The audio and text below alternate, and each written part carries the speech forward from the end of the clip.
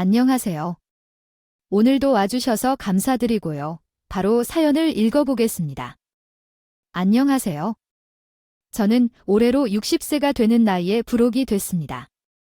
40년이라는 세월, 길다면 길고 짧다면 짧은 시간이지만 참 파란만장한 삶을 살아온 것 같아요. 저의 시작은 어떻게 보면 초라했죠. 가난한 농부의 맏딸로 태어났거든요. 그 당시 시골은 저에게 참 답답한 곳이었습니다. 밤이면 온 동네가 꺼져 있었기에 놀고 싶어도 놀 수가 없었고 사실 넓지도 않았죠. 가끔 아빠가 보던 신문에서 서울을 뺀 다른 도시에는 넓은 빌딩들이 서 있다는 것을 보면 전 그곳이 어떤 곳인지 너무나 궁금했습니다. 밤하늘에 떠 있는 저 별보다도 높은 빌딩도 있는 것은 아닐까 싶기도 했었죠. 그곳에는 이 지극히 한가한 걸음 냄새도 없지 않을까? 밤마다 시끄럽게 울어대는 개구리 소리, 벌레 소리도 그만들 수 있지 않을까? 그런 동경의 마음에 전 하루 빨리라도 서울로 가고 싶었어요. 아마도 한 10살 때쯤부터 쭉 그랬던 것 같네요. 그랬던 제가 처음으로 서울에 올라가게 됐던 건 18살. 아직 젖살도 다 빠지지 못한 때였는데 사실상 가출이긴 했어요. 그때까지 세뱃돈이니 용돈이니 뭐니 하며 모아뒀던 돈으로 집에 편지 하나 딸랑 남겨놓고 무작정 서울로 올라왔습니다. 그땐 참 어렵죠. 그래도 몇 년간 모아뒀던 돈이니까 전 나름 부자라고 생각했거든요. 어린 나이에 뭘 알겠어요. 숙박비며 뭐며 그런 건 생각도 못했죠. 하지만 서울에 올라가 밤에도 빛나는 그 많은 빌딩들을 보면서 그 아름다움에 취해 너무나도 행복했습니다. 그리고 언젠가는 나도 이 서울에서 빛나는 사람이 되리라고 생각했죠. 하지만 그 행복은 오래가지 못했어요. 18살짜리 아이는 혼자 숙박업소에서 머물지도 못하더라고요. 무슨 부모님 동의서인지 뭔지를 가지고 오라는데 가출을 한 채가 그걸 어떻게 받아오겠어요. 어쩔 수 없이 저는 길거리에서 며칠을 보내야 했어요. 그래도 다행이었던 건 모은 돈으로 식사는 해결할 수 있었지만 며칠째 잠도 제대로 못 자고 씻지도 못했으니 제가 상상해왔던 서울의 삶과는 너무나도 달랐어요. 솔직히 말해서 일주일이 지났을 무렵엔 집으로 돌아가고 싶은 마음도 들 정도였죠. 하지만 이미 집에 남겨놓은 편지가 생각나더군요. 전 그 편지에 이렇게 써놨었거든요. 엄마, 아빠, 키워주셔서 감사합니다. 서울로 가서 성공한 뒤 그때 다시 돌아올게요. 부디 저를 찾지 말아주세요. 경찰에 신고하다거나 하면 그땐 정말 집에는 다시는 돌아오지 않을 거예요. 걱정하지 않으셔도 됩니다. 제가 알아서 돌아올게요. 이렇게요. 이런 글을 남겨놓고 일주일 만에 집으로 돌아간다는 건 제 자존심이 도저히 허락하지 않더군요. 왜 그 어린아이에는 오히려 쓸데없는 자존심이 그 무엇보다도 중요하곤 하잖아요. 그나마 경찰이 저를 찾아서 집에 데려다 준다면 그래도 모양새는 나쁘지 않지 않을까 싶긴 했었는데 순박하신 저희 부모님은 편지에 쓰인 저의 말을 너무나도 잘 따라주셨더군요.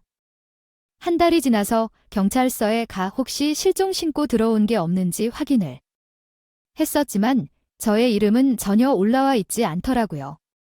돈도 다 떨어져 가고 있었던 판국에 내일은 진짜 어떻게 해야 하지라는 생각만 가득했습니다. 그러던 중 꾀죄죄한 모습으로 매일 같이 끼니를 해결하던 한 시장의 국밥집에서 밥을 먹고 있었는데 그 사장님이 저에게 그러시더군요.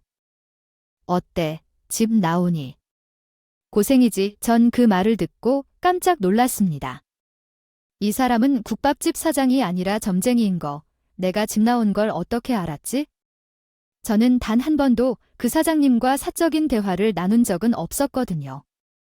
지금 생각하면 누가 봐도 집 나온 가출 청소년인 게 뻔하긴 했지만요. 제가요. 저 그런 아이는 아니에요? 아니야. 그렇구나. 아니, 난 또 그런 아이였으면 그냥 좀 도와줄까 했지? 어떻게 도와주시게요? 왜 집 넣은 거 아니라며? 집을 나온 게 아니긴 한데 그럼 집에 가면 되잖아. 그게 이 아줌마한테 솔직하게 말하면 아줌마가 도와줄게 하지만 계속 그렇게 고집부리면 아줌마도 모른 척 할 거다. 저는 결국 사장님한테 모든 것을 사실대로 토해냈어요. 집을 가출했던 것이 맞았고 서울에서 너무 살고 싶어서 용돈을 모아서 왔다. 그런데 잘 곳도 없고 돈도 다 떨어져 가고 있다 등등. 그러자 사장님은 저에게 정말 서울에서 살고 싶다면 자신의 집에서 살게 해주겠다고 하시더군요. 거기다가 자신의 가게에서 일하면 돈도 주겠다고 하시면서 단집에는 연락드려서 꼭 허락을 받는다는 조건 하에 말이죠. 그땐 갈등이 참 많이 됐었죠. 과연 부모님이 이런 상황에서 허락을 해주실까? 이대로 시골로 다시 돌아가 거름이나 부으며 살아야 하는 거 아닐까 하는 생각이에요.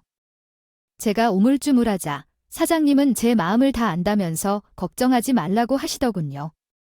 저희 부모님께 사장님이 대신 잘 말씀드려 주신다고요. 결국 저는 집에 연락을 드리기로 했어요. 집에 전화를 드리자마자 저는 귀가 찢어지는 줄 알았어요. 아빠가 고래고래 소리를 지르면서 화를 내시고 계셨고 엄마는 옆에서 큰 소리로 울고 계시는 것 같더라고요. 그러다 보니 전 너무나 죄송스러운 마음에 아무 말도 못하고 그저 엉엉 울고만 있었는데 그때 사장님이 대신 말을 해주셨어요. 그때 사장님이 뭐라고 말씀해 주셨는지 정확히 잘 기억은 안 나요. 대충 저희 부모님 안심시켜드리고 저를 믿어봐 달라는 부탁을 하셨던 것 같네요. 그리고 긴 시간을 통화 끝에 전화를 끊으신 사장님은 저에게 자허락을 맡았다. 대신 하루에 한 번 꼭 집에 전화는 드리기야 라고 하셨습니다. 그날 이후로 전 그 사장님의 집에 살면서 본격적인 서울살이를 계속했어요. 뭐 본격적이라고 해봐야 별게 없긴 했죠. 아니, 솔직히 힘들었어요. 서울 구경을 다니기는커녕 매일 일하고 공부하느라 오히려 시골에서 보다 놀 시간이 없었으니까요. 사장님은 그래도 고등학교 졸업증은 나야 된다고 하시면서 검정고시 공부를 시키셨거든요. 그래도 그때는 20살만 되면 사람들이 말하는 서울 라이프가 시작될 거라 믿었어요. 번듯한 직장에 비싼 차를 몰고 다니면서 멋을 부릴 줄 아는 사람 참 세상 물정을 모르긴 했죠. 시골에서 농사만 짓던 집의 아이였는데 뭘 알겠어요. 하지만 20살이 되고 나서 제대로 된 직장을 찾으러 돌아다녀 보니 알겠더군요. 아, 세상은 참 만만하지 않구나. 대학조차 나오지 않은 나를 써줄 좋은 회사는 없구나라는 사실을 그 사실을 깨닫고 나서야 전 1년의 시간을 공부하는 데 집중하게 됩니다. 물론 국밥집 사장님과 부모님이 지원해 주셨던 덕분이긴 했지만요. 그땐 정말 하루 종일 의자에 앉아 있었어요. 검정고시를 준비하느라 공부를 했었지만 좋은 대학에 가기 위한 공부의 양과는 비교가 안 되더라고요. 매일같이 코피를 쏟으면서 정말 힘들어 죽는 줄 알았죠. 남들이 몇 년간에 걸쳐 할 공부를 따라잡아야 했으니까요. 전 결국 한 번의 실패를 더 경험하고 나서야 원하던 대학이 갈 수 있었어요. 그리고 그 이후의 삶은 비교적 제가 생각했던 화려한 서울 라이프를 비로소 즐길 수 있게 되었죠. 좋은 친구들을 사귀고 좋은 직장에 다니고 멋도 부릴 수 있게 된, 그런데 그렇게 잘 살아가다가 내 삶에 대한 회의감이 드는 사건이 발생하고 맙니다. 이 사건에 대해 자세한 건 이따가 다시 말씀드리겠지만 어쨌든 내가 가고 있는 이 길이 정말 맞는 길인가? 내가 원했던 삶이 정말 이런 건가라는 회의감이 들기 시작하는 도저히 서울에서의 삶을 지속해낼 자신이 없어지더라고요. 그래서 저는 직장은 그만두기로 하고 고향에 내려가기로 마음먹었습니다. 친구들, 동료들, 선후배들 모두 저보고 미쳤다고 하며 말리려고까지 하더군요. 하지만 가출까지 하며 서울에 홀로 올라왔던 것처럼 저의 기항 역시 아무도 막을 수는 없었습니다. 그리하여 다시 내려온 거야? 어릴 때와는 참 느낌이 많이 다르더군요. 얼마 전까지만 해도 고향이 싫어서 일을 한다는 핑계로 고향에 잘 내려가지도 않았고 명절이나 부모님 생신 때도 용돈만 붙여드리고 말았었는데 어째서 그렇게 내려간 고향은 저에게 생각지도 못했던 힐링을 선사해 준 걸까요? 지겨울 정도로 그만 먹고 싶었던 시골 음식들은 따뜻한 집밥이 되어 저의 가슴에 따뜻하게 해주었고 밤에는 더 이상 눈이 아플 필요가 없어졌어요. 거기다 시끄러운 차 경적 소리, 이웃들의 싸움 소리가 아닌 풀벌레의 지저귀는 소리는 저에겐 그 어떤 자장가보다도 숙면을 취할 수 있게 도와주더군요. 어릴 땐 그렇게 떠나고 싶었던 고향이었는데 참 신기하죠. 전 그때부터 아예 도시에는 다시는 올라가지 않으리라 마음을 먹고 귀농을 하기 시작했습니다. 그때가 30대 초반쯤이었으니 벌써 10년이 넘어 버렸네요. 아, 이런. 제 말을 듣고 나도 귀농이나 할까라고 생각하시는 분이 계시다면 일단 저는 말리고 싶습니다. 농사라는 것도 정말 쉬운 일이 아니더라고요. 물론 농사가 제 적성에 맞지 않은 건지 제가 소질이 없는 건진 모르겠지만 저 부모님한테 진짜 많이 혼났거든요. 누가 농사를 그렇게 짓냐고요? 생각보다 훨씬 손도 많이 깎고 힘든 일이니 혹시 귀농을 생각하시는 분이 있다면 신중하게 고려해보세요. 물론 돈을 벌 만큼 번 뒤에 힐링만을 목적으로 하시는 분이라면 괜찮을 수 있겠지만요. 몇 년을 시골에서 살면서 저는 결혼도 하게 됐습니다. 이삿짐 센터 직원으로 일하는 사람이었는데 부모님과 함께 사는 집으로 옮길 때 인연으로 만남을 시작하게 됐죠. 저보다 2살이 어리지만 수줍은 인상에 처음부터 호감이 갔었고 맏딸이었던 저에게 오빠 같은 포근함을 안겨주는 사람이었어요. 그런데 결혼이 저에게 다시 한번 시련을 안겨줄 줄은 꿈에도 몰랐네요.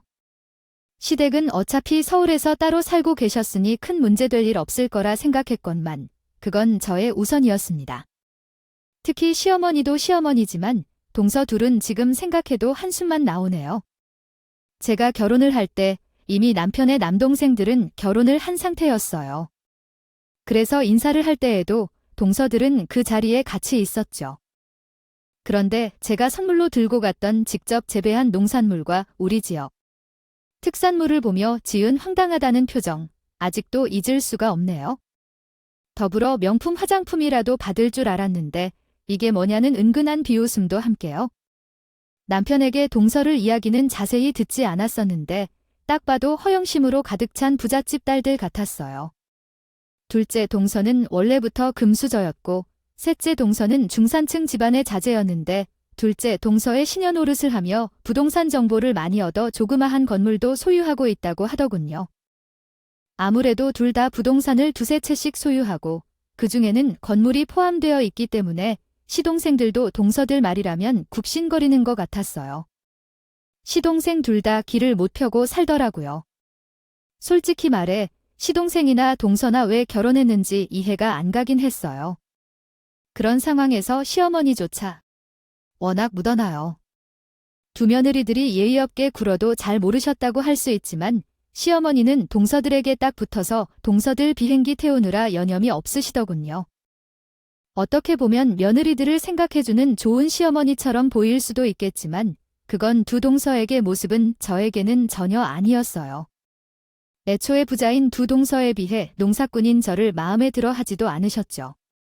결혼을 하겠다며 찾아온 우리 부부에게 모자란 놈들끼리 만나 결혼을 하는구나 청남이라고 있는 게 이삿짐 센터에서 짐이나 나르더니 여자도 무슨 저런 여자를 데리고 와라며 혀를 끌끌 차셨거든요. 결혼 이후에도 그런 시어머니의 모습은 계속됐어요.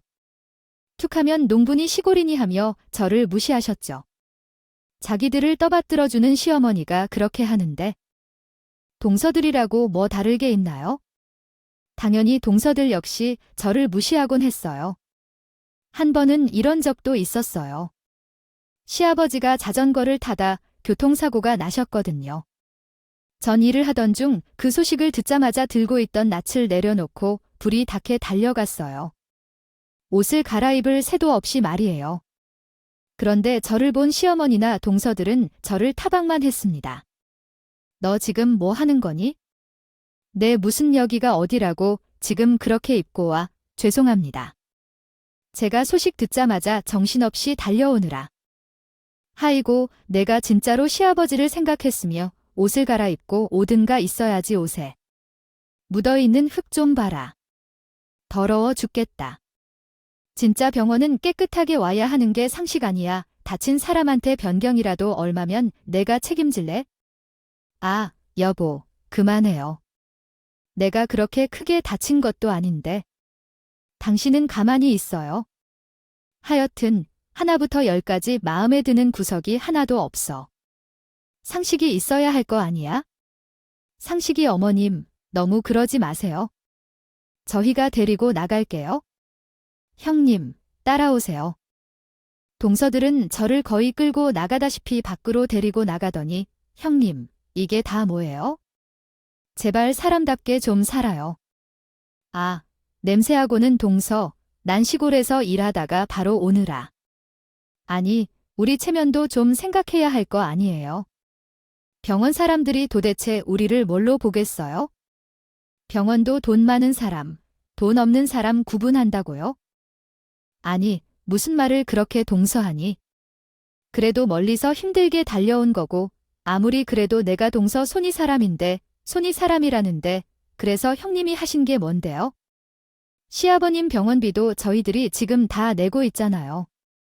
손님 사람이면 손이 사람답게 책임이라도 치던가. 아니면 옷이라도 제대로 깨끗하게 입고 와야지. 아휴, 동서들이 그렇게 말을 하는데 사실 할 말이 딱히 없더군요. 병원비를 저희가 부담할 능력이 안 되는 건 사실이었으니까요. 하지만 그래도 멀리서 고생해서 달려왔건만 그렇게 말하니 서운할 수밖에 없었어요. 아니, 솔직히 자존심도 많이 상했죠. 그나마 시아버님은 그날 저녁 저를 따로 불러서는 시어머니와 동서들에게 무슨 이야기를 하셨겠죠.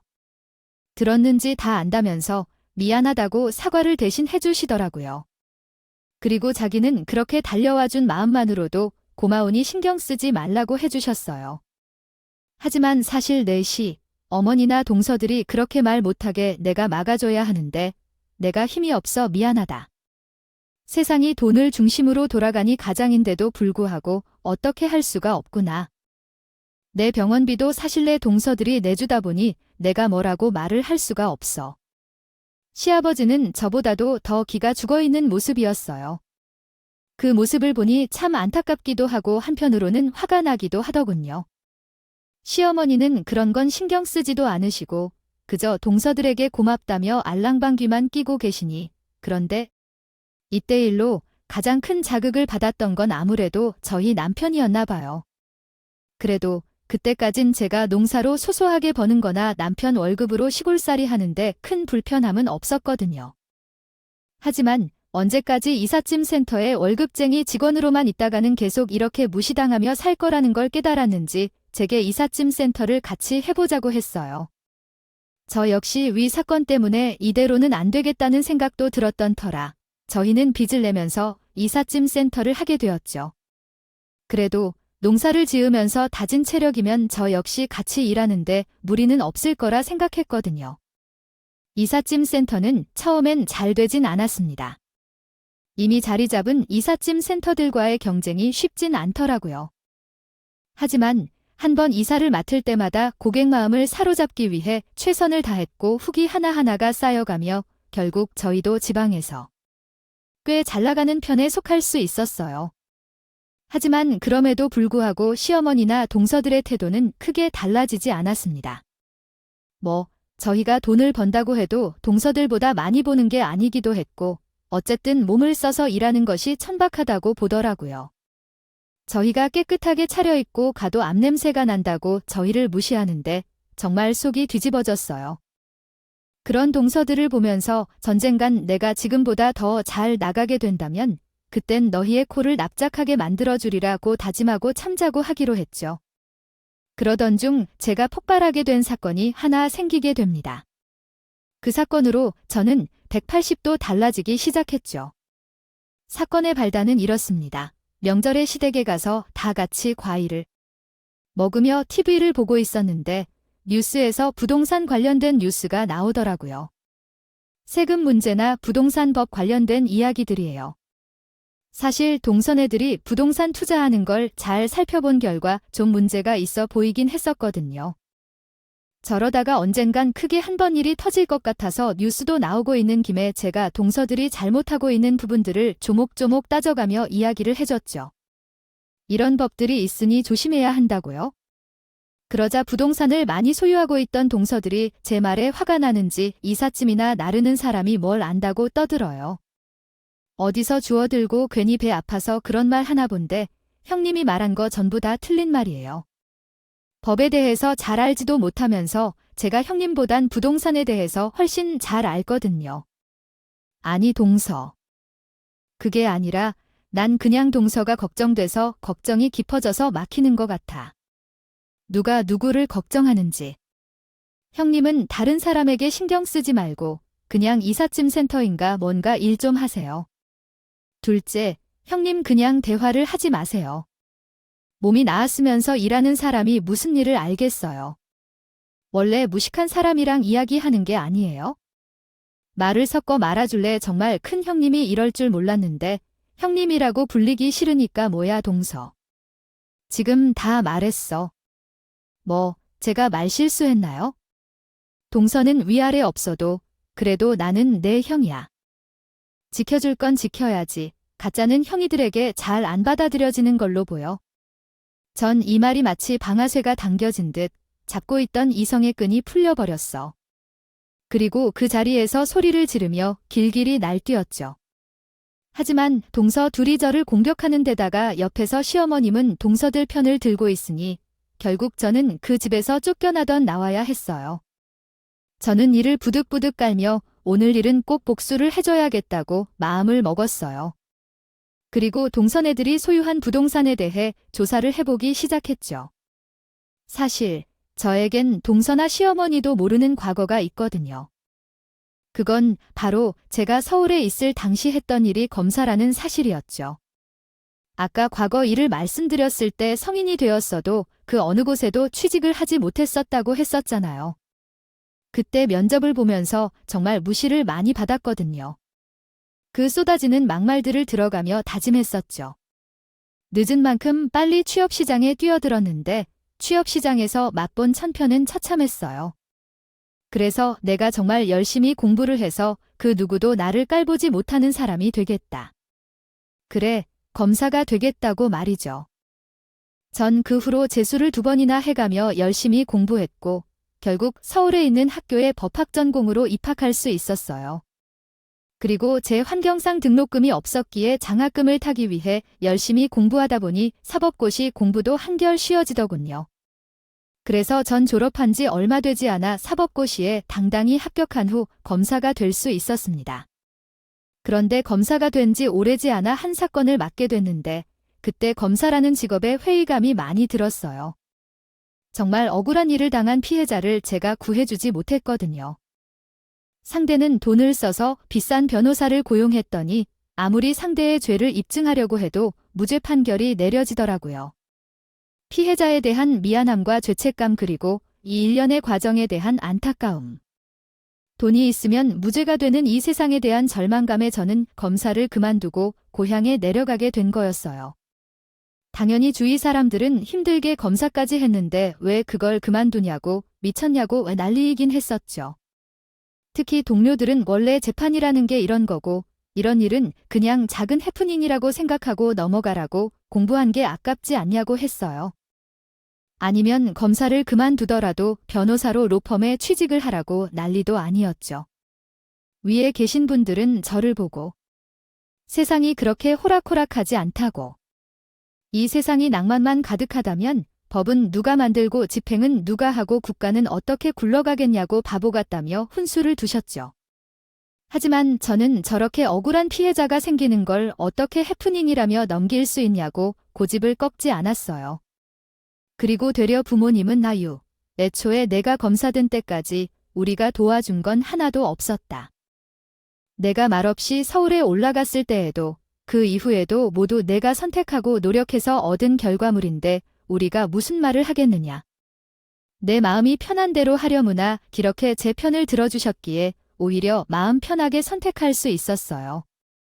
남편은 제가 검사 출신이라는 건 알고 있었어요. 처음 만났을 때 젊은 여성분이 서울에서 왜 내려오셨냐고 하면서 이야기를 나눴으니까요. 하지만 그걸 가족들에게 떠벌리진 않았습니다. 지금 제가 검사도 아니고 변호사도 아닌데 과거 일을 말해봐야 시끄러워질 것만 같다고요? 저희 부모님도 당연히 시댁분들에게 우리 딸이 검사 출신인의 모험을 하지 않으셨습니다.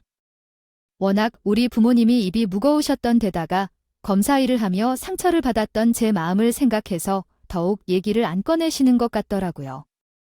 어쨌든 전 과거의 경력을 살려 동서들의 뒷조사, 그리고 동서들이 가지고 있는 건물들에 대해 조사를 시작했습니다.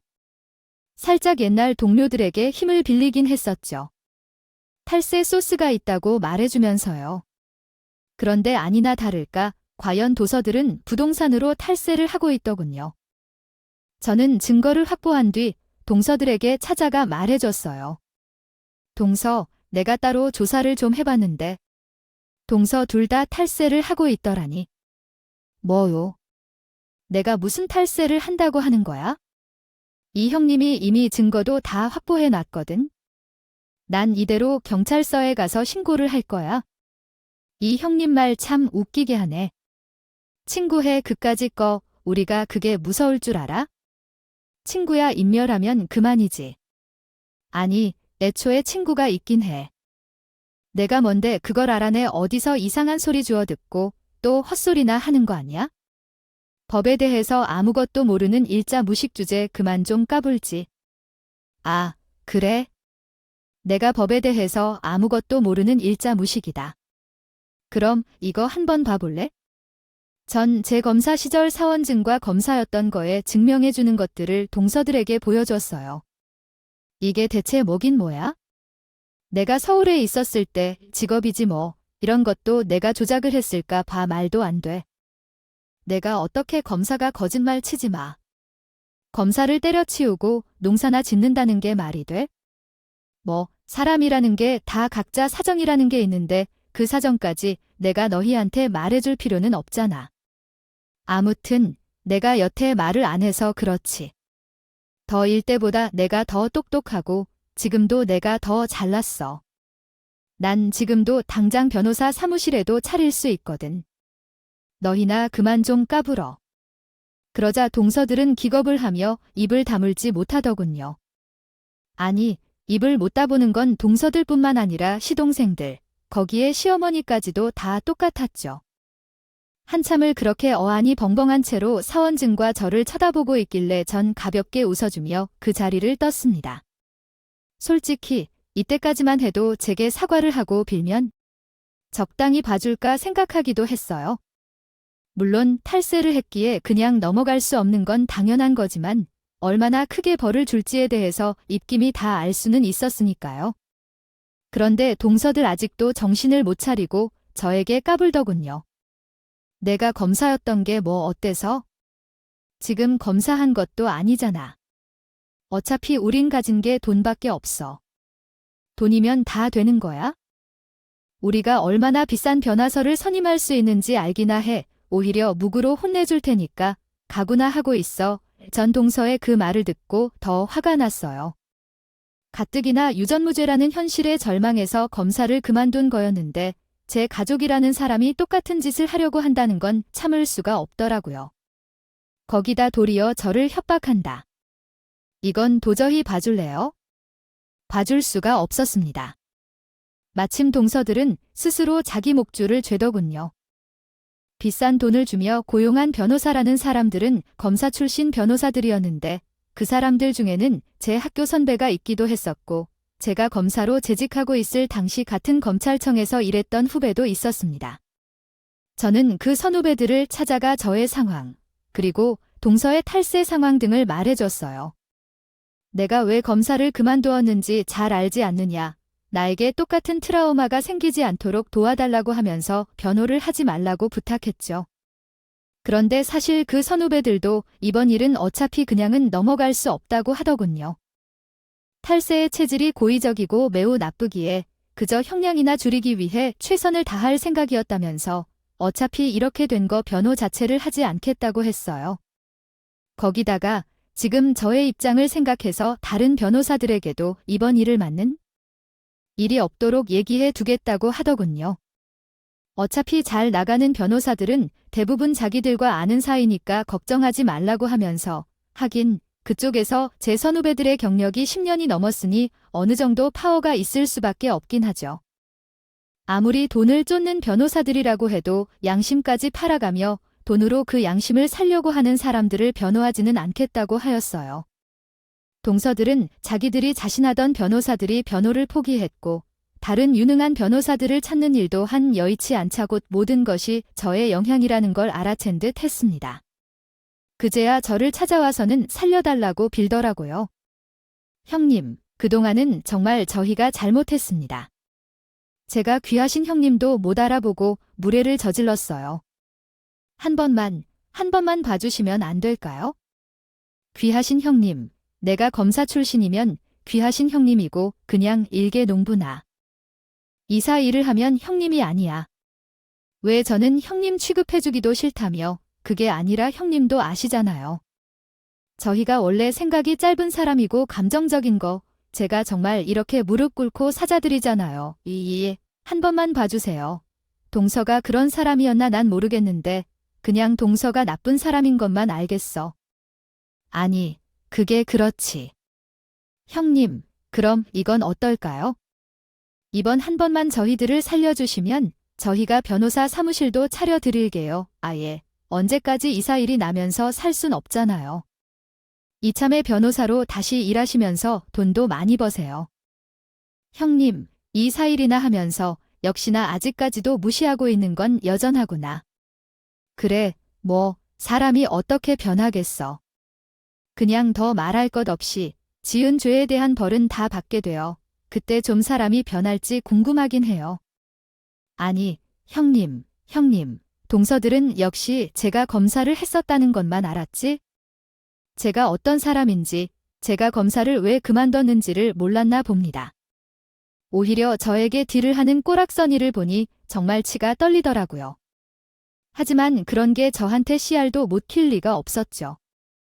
결국 동서들은 어찌어찌 변호사 손님을 하긴 했지만 그 사람들 역시 딱히 크게 변호의 의지도 없었던 터라 탈세로 큰 벌을 받게 됐어요. 사실 꼭 제가 아니었어도 워낙 죄가 확실하니 아마 벌을 받긴 했을 것 같아요. 유전무죄, 요즘 세상에 어떤 세상인데 그런 건 이제 안 통하죠. 그리고 상세히 조사하면서 나온 사실들인데 동서들의 탈세액은 제가 조사했던 것보다도 훨씬 많더군요. 10년이 넘는 세월 동안 그렇게 탈세를 해왔다니. 함축하기로 죄를 썼습니다. 동서들이 지은 악행을 참으로 대단하게 생각하지는 마세요. 동서들은 결국 그 벌금을 감당하기 위해 소유하고 있던 건물의 대부분을 처분해야 했어요. 첫째 동서는 아예 남는 게 없는 것을 넘어 빚까지 져야 했답니다. 그동안 돈이 풍족하다고 유흥을 즐겼더니 이제는 그 명품 하나를 휘두르지 못하는 것을 보면 정말 마음이 시원했어요. 혹시 그 이후로 동서들이 나에게 더 함부로 다가오고 있는 건 아닐까 하는 생각을 하는 분들도 있을 수 있겠지만 그런 일은 있을 수도 있고 없을 수도 있어요. 걱정 마세요. 이제 돈도 없는 동서들은 힘도 없고 저는 죄를 지은 게 없이 정말 깨끗하게 살아왔거든요. 게다가 언제든지 변호사 함께 준비돼 있어요. 사무실을 차리거나 변호사로 취직이 가능한 사람이지만 동서들이 어떻게 저한테 까불겠어요? 오히려 2번 다시 제 앞에서 입을 함부로 놀리지 못한 채 기죽어 지내고 있어요.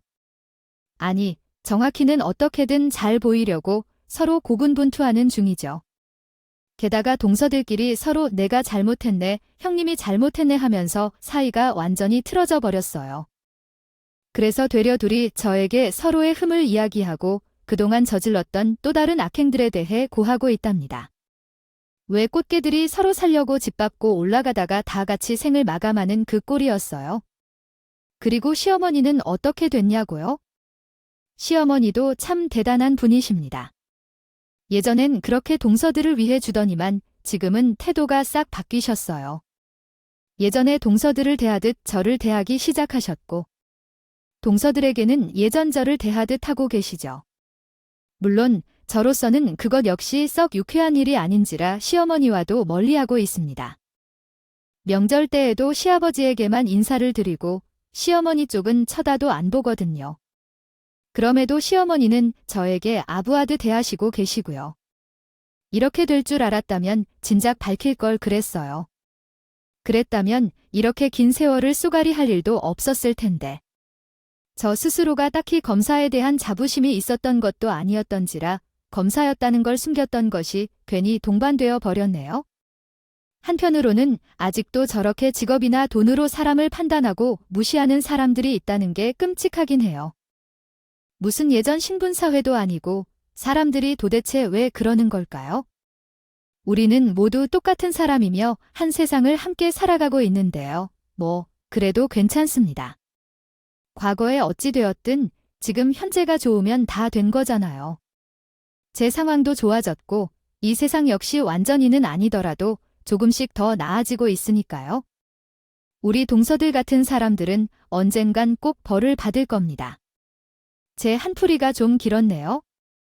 끝까지 들어주셔서 감사드리고 여러분들도 모두 죄짓는 일 없이 그리고 다른 사람들을 무시하거나 다른 사람에게 무시당하는 일 없이 행복하게 살아가셨으면 좋겠습니다. 착하게 살면 복이 온다는 말, 그 말을 꼭 기억하세요. 감사합니다. 오늘도 끝까지 함께 해주셔서 감사하고요. 다음 영상으로 또 찾아뵙겠습니다.